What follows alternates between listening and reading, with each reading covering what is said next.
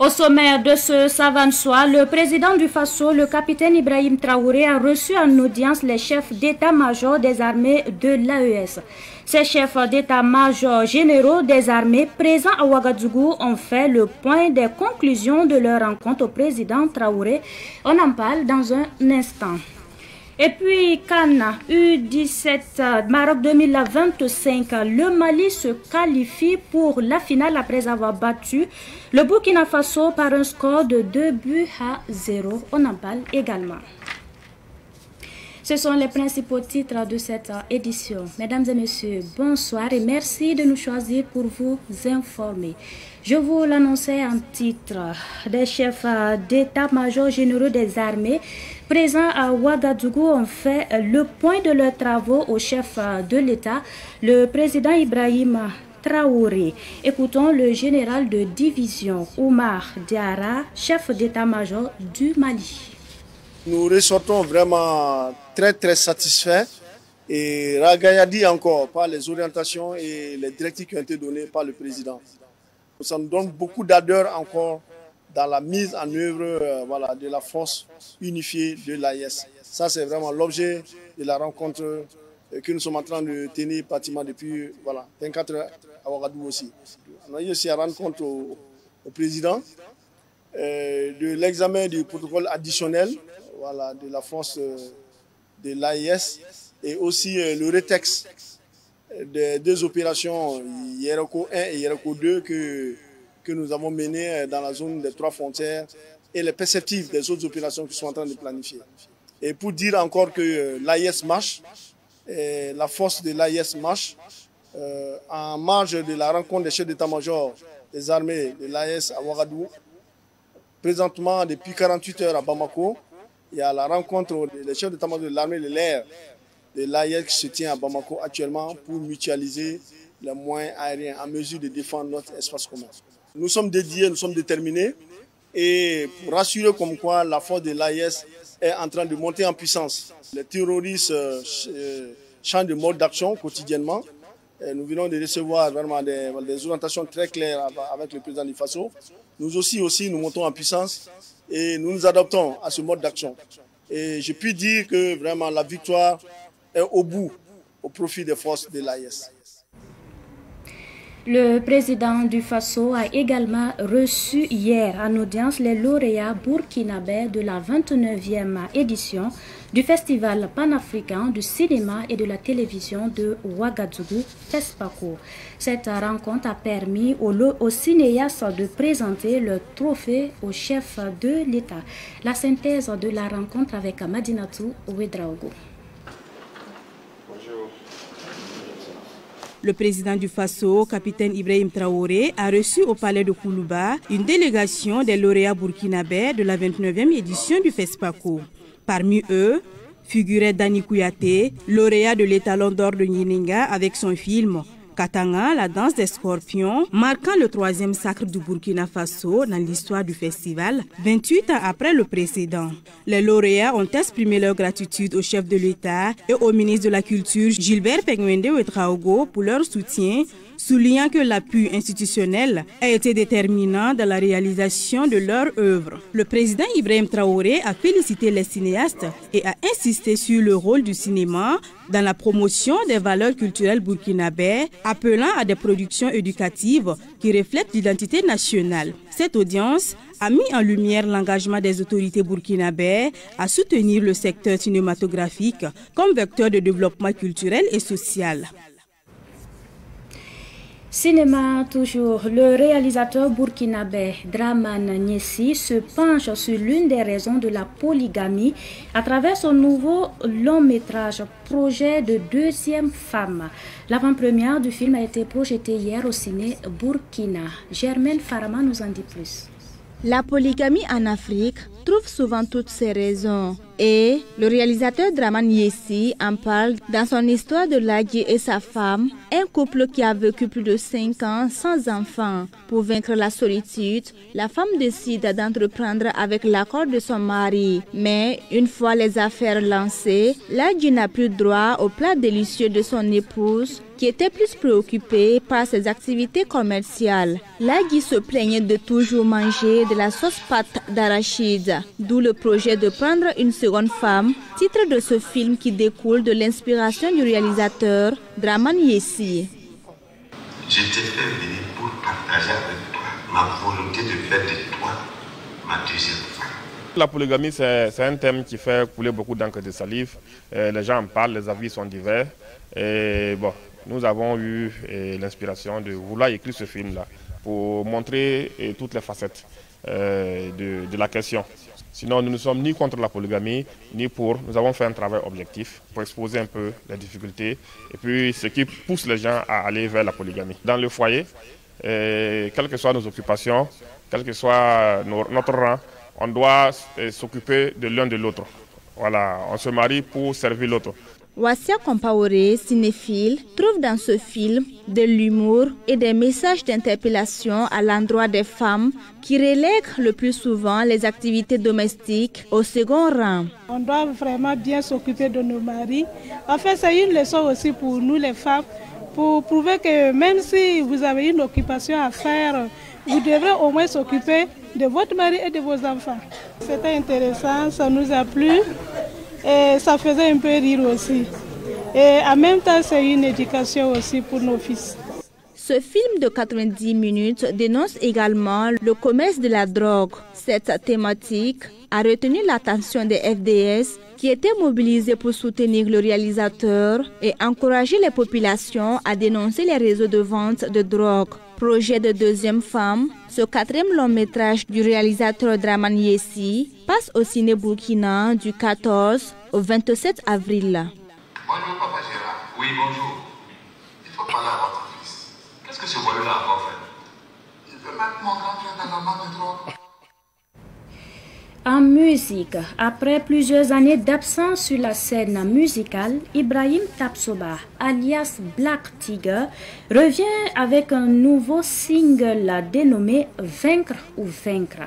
Dans son œuvre, l'artiste encourage les forces de défense et de sécurité et les volontaires pour la défense de la patrie qui sont au front. La dédicace a eu lieu le week-end écoulé et c'était en présence de Abdoulaye Kinda. Tout a commencé à l'âge de ma puberté. Vaincre ou Vaincre est le nouveau single de l'ex-membre du groupe Wakat. Il est chanté en moré et en duo avec Mariam Dao. L'artiste salue les efforts des nouveaux dirigeants tout en soutenant les FDS et VDP qui se battent au front. Vaincre ou vaincre. Nous n'avons pas droit à l'erreur. Nous avons parlé de la sécurité du Burkina Faso, comme nous tous, nous savons qu'actuellement le pays est en crise et le capitaine Ibrahim Traoré est venu vraiment pour que la paix revienne au pays. Les VDP sont en brousse, les FDS sont en brousse et traversent des moments difficiles et nous sommes à Ouara, on doit les soutenir. Donc c'est à cause de ça, nous aussi on a pensé à faire le son pour les soutenir. L'arrangeur invite les mélomanes à consommer le nouveau single. Ce genre musical, voilà, on se retrouve en hip-hop. Voilà, on dirait c'est de l'afro-rap, voilà, jumelé à un style un peu mandingue.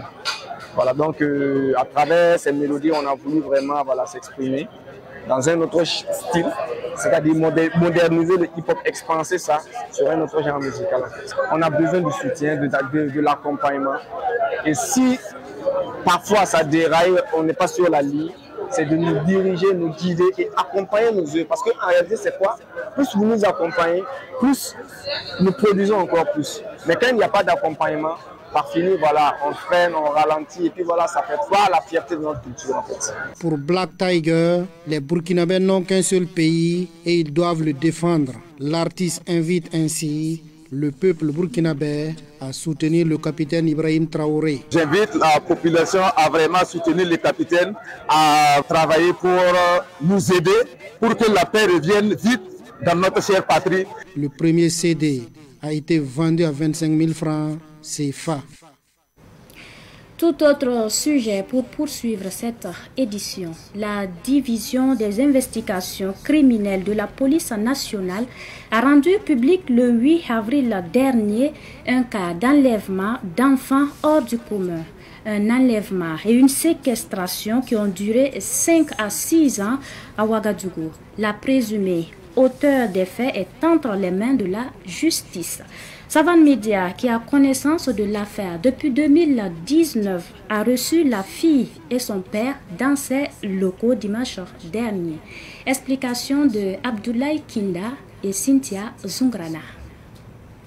C'est avec les larmes aux yeux que le père et la mère de D.O. ont accueilli leur fille, qui les a tout de suite reconnus le 12 mars 2025 à la Direction générale de la police nationale. Seydou Ouedraogo est le père de D.O. Le jour qu'on a vu l'enfant au commissariat là, quand j'ai ouvert la porte, on nous a présenté l'enfant là.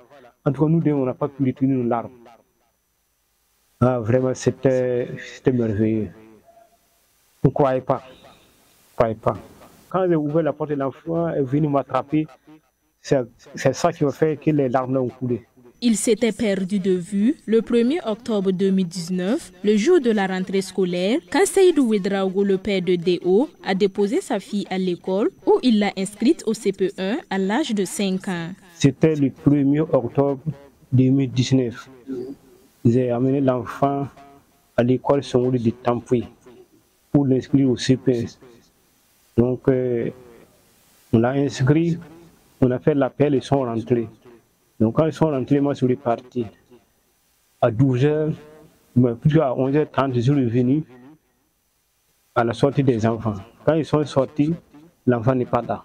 J'ai demandé à la maîtresse, mon enfant n'est pas là. Il dit de rentrer dans la classe, que tous les élèves sont sortis. Effectivement, je suis rentré, il n'y a personne. Et c'est depuis jusqu'au 12 mars 2025 que la police m'a appelé qu'il y a un enfant qu'ils ont vu qui est venu voir si c'est l'enfant. Comment l'auteur de la séquestration a pu enlever l'enfant? Difficile d'expliquer en l'absence d'éléments probants. Seydou Ouedraogo, le père de D.O., s'en tient à des témoignages approximatifs. Le coup, c'est pas totalement confirmé, la police n'a pas tout expliqué. Donc, mais le coup que j'ai réussi, il dit que la femme n'a pris l'enfant à côté de l'école là. Sur la route l'a fait face à l'école primaire là. Donc c'est de là-bas que la femme l'a pris l'enfant avec une bicyclette. Partie chez elle. La dame là, je ne sais pas exactement là où mais on a dit que c'est dans la nourriture de Bertoubéo. Donc mais ça, je n'ai pas confirmé le lieu exact. Savane Média fait partie des institutions sociales de référence auxquelles Seydou Ouedraogo a eu recours dès les premiers moments de l'enlèvement. Au début de la disparition, je suis venu à Savane FM 3 fois. J'ai fait un premier communiqué, un deuxième communiqué et un troisième communiqué. Et après ça, je suis parti à Féminin FM, Radio Ave Maria, Féminin FM. J'ai parcouru presque les commissariats à Tampoui, à Siguinourin. J'ai passé à l'action sociale de Tampoui, Padoua et Kouronaba. Les chefs coutumiers, parce que j'ai passé là-bas aussi. J'ai passé à Narlingou, j'ai passé à Komsilra. Bon, en tout cas, il n'y a pas un village à peu près de 80 km de Ouaga qui ne me suis pas parti. Donc en tout cas, j'ai parcouru. J'ai dit merci à Savane FM pour d'abord accepter de faire, prendre mes communiqués, faire tout le personnel. J'ai dit merci. En tout cas, je rends grâce à Dieu. À la mi-octobre 2019, la famille Ouedraogo, comme l'atteste le reçu de caisse de Savane FM, était déjà à son 3e communiqué, enregistré à moitié prix à cause de sa souffrance. La petite D.O. a du mal à s'exprimer aujourd'hui devant une caméra et un micro, alors qu'elle échange bien avec ses parents et sait se montrer souriante en aparté. Ce qu'elle a vécu pendant ces 5 ans, sinon 6, en est probablement pour quelque chose. On retient qu'elle était soumise à des tâches ménagères, vaisselle et soins d'enfants, avant d'être inscrite à l'école, 2 ans après son enlèvement et 2 bonnes années après le début de sa séquestration.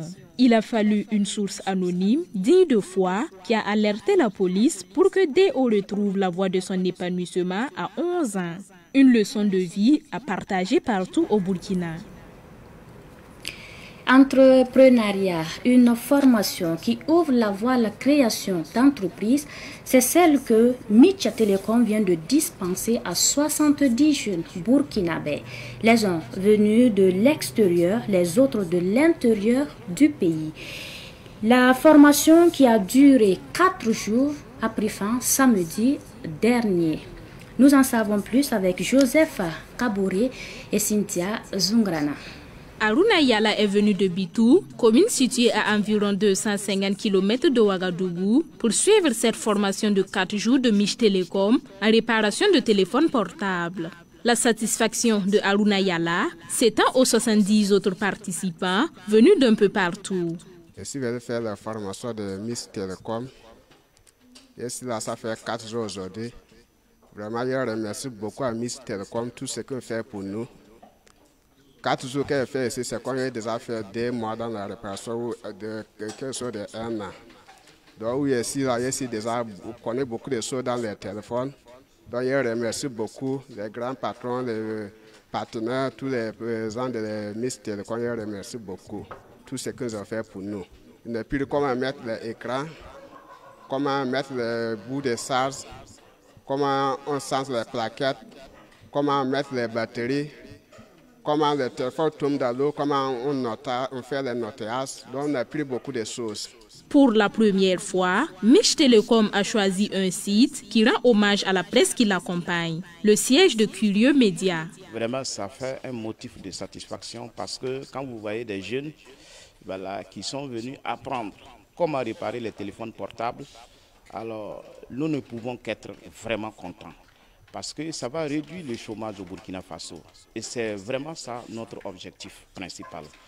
Donc c'est pour appeler les uns et les autres, surtout la jeunesse burkinabé, à s'armer davantage de courage pour travailler, pour chercher un boulot, de quoi faire dans la vie. Parce que quand vous ne faites rien dans la vie, alors vous ne pouvez rien décider. Et quand vous faites quelque chose dans la vie, non seulement vous préservez votre dignité, et vous comptez beaucoup dans la vie courante.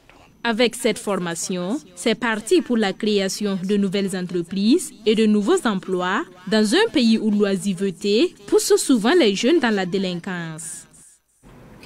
Avant-dernier point de ce journal, ils sont unis par les liens du mariage, mais aussi par une vocation commune, la médecine traditionnelle.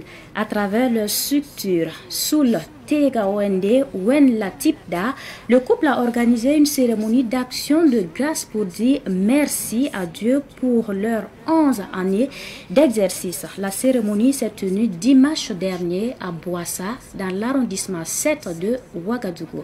Reportage signé Cynthia Zungrana.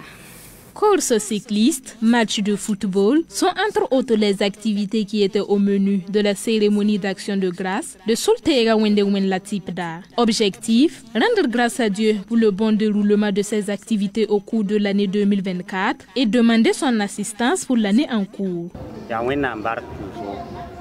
Nous voulons rendre grâce à Dieu. C'est lui qui nous a donné les connaissances nécessaires pour que nous puissions œuvrer dans la médecine traditionnelle. Depuis 11 ans que nous sommes dans ce domaine, nous n'avons pas rencontré de difficultés insurmontables, d'où cette cérémonie d'action de grâce. Soultega Wende Wen Latipda est formé de Norbert Compaoré et de son épouse Mamounata Kabré qui exercent ensemble dans la médecine traditionnelle depuis 11 ans. Cette cérémonie a également été une occasion pour eux de prier pour le retour de la paix au Burkina Faso. La situation dans laquelle se trouve notre pays nous donne des insomnies. Nous prions donc également que Dieu donne la force nécessaire au chef de l'État ainsi qu'au FDS et VDP pour que nous puissions vaincre davantage l'ennemi pour que la paix revienne dans le pays. Je prie pour que la paix revienne au Faso, car s'il n'y a pas de paix, nous ne pourrions pas être là, encore moins exercer notre travail. De ce fait, nous prions Dieu pour le retour de la paix et la stabilité au Burkina. Le directeur de la médecine traditionnelle et alternative au sein du ministère de la Santé, présent à la cérémonie, n'a pas manqué d'exprimer sa satisfaction. Nous sommes satisfaits parce que vous voyez que chaque année, les praticiens de la médecine traditionnelle réunissent les gens de sa localité pour des remerciements pour tout ce que le bon Dieu a fait pour qu'ils puissent soigner les gens. Et en plus de ça, il y a des activités sportives qui ont été associées. Vous savez, quand on parle de santé, le sport y contribue également. Donc c'est une satisfaction totale qu'ils ont pu avoir l'idée d'associer le sport dans leur activité. La remise des prix aux femmes ayant pris part à la course cycliste et aux 2 équipes du football a mis fin à cette cérémonie d'action de grâce. Sport avant de refermer cette édition. Le Burkina Faso est tombé ce soir face au Mali sur un score de 2-0 en demi-finale. Les étalons cadets sont éliminés et joueront la petite finale de la CAN. C'est tout pour cette édition. Merci à vous qui l'avez suivi. Merci pour cette constante fidélité. On se donne rendez-vous, Dieu voulant, demain à la même heure. Bonsoir.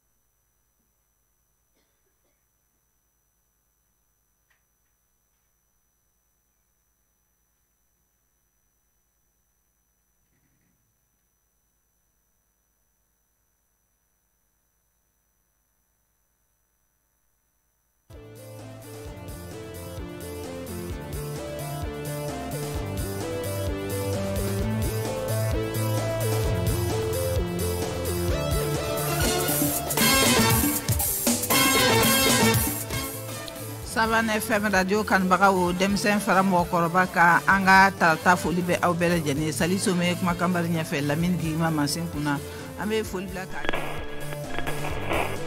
Savan FM 103.4